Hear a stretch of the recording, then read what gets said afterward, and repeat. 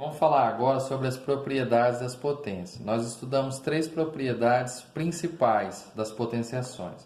A primeira que a gente viu foi assim, multiplicação de potência de mesma base.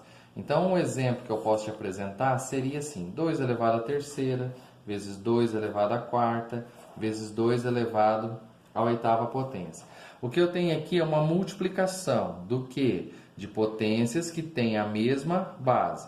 A propriedade diz para nós assim, ó, repete-se essa base e então você vai somar os expoentes.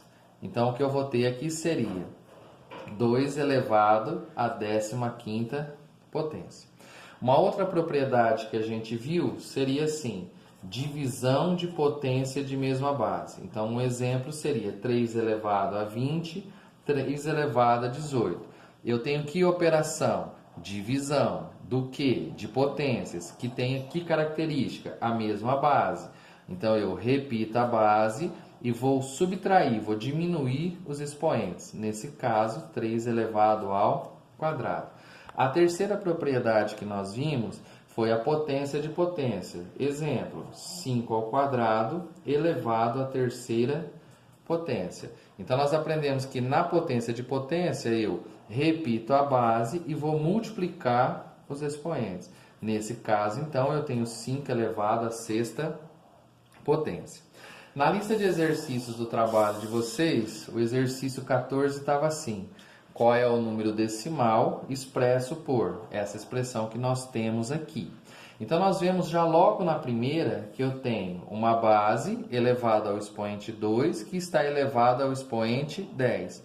Portanto, eu tenho potência de potência. A gente acabou de ver que na potência de potência, você repete a base e vai multiplicar os expoentes. Então, você vai fazer 2 vezes 10, então você vai ter a base 0,4 elevado a 20. Você vai repetir o sinal de divisão e aí na sequência você vê que você tem uma multiplicação de potências que possuem a mesma base. Lembrando a você que quando o expoente não aparece, esse expoente vale 1. Então, se é uma multiplicação de potências que têm a mesma base, eu vou repetir a base e agora eu vou somar os expoentes. Então, 9 mais 7 mais 1, isso vai dar 17. Portanto, nós temos 0,4 elevado a 17. Daí, agora eu tenho divisão de potência de mesma base. Vou repetir a base e diminuir os expoentes. Agora, eu vou fazer, então, 20 menos 17. Logo, eu vou ter 0,4 elevado à terceira potência. Nós aprendemos no vídeo anterior que quando eu tenho uma base elevada a um expoente, eu tenho uma multiplicação com os mesmos fatores. Então, o que eu tenho que resolver é 0,4 vezes 0,4, o resultado que der, mais uma vez 0,4.